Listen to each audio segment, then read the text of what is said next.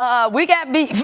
So yesterday, Draymond Green went in on the media for creating a controversy after he said that he thought the Cavaliers would face stiffer competition in the playoffs. He called us, ESPN specifically, a, quote, reality TV show. Well, today, Richard Jefferson responded with, "Don't come for the Cavs, Draymond, because we did not send for you."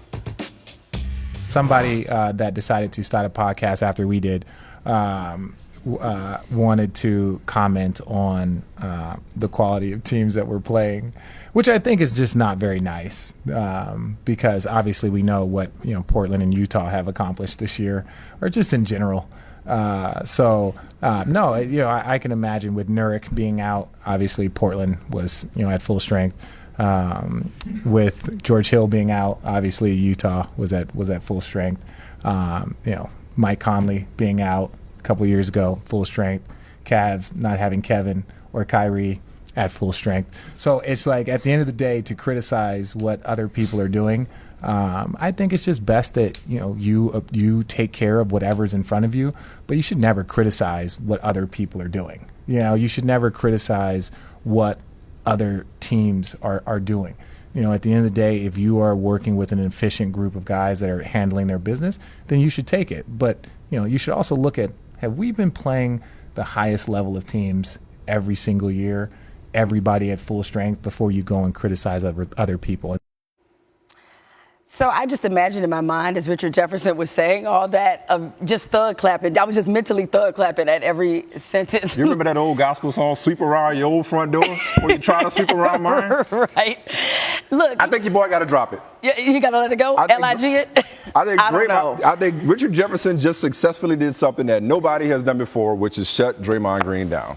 Like, how do you come back from that? What y'all call it, receipts? Yeah, First of all, notice he said somebody who started the podcast after we did. He started with that. First. Then he comes back, not just with the Jazz and Blazers references, which everybody has done this year. He went back to the real sore spot, which was 2 years ago when they won their only championship, and everybody said how many breaks. At full strength. Well, not just that, but how many breaks they caught in the Western Conference playoffs. So for Richard Jefferson to come back with specifics as to why the Warriors, like all championship teams, have experienced luck along the way, I don't know how Draymond does anything other than say, "Peace, dude. Peace. I'll see you in the finals." There's nothing you can say to this. He's right. He fired a rocket launcher, but look, this is what I originally thought about Draymond's comments anyway. I didn't think they were meant to be taken as seriously or as insulting as clearly Richard Jefferson took them. Then you're being naive.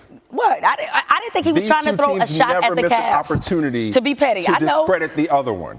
This is his way of saying, they ain't as good as y'all think they are. They're just in the Eastern Conference. That's what he was saying. Draymond. Again, he said they are playing great basketball. Now, maybe to me, to me, it was more of an indictment, or I took it as more of an indictment of the other teams. Now, the teams that they played, we talked about it before, about Toronto and what they did to improve. And look, people, maybe they did expect them to play.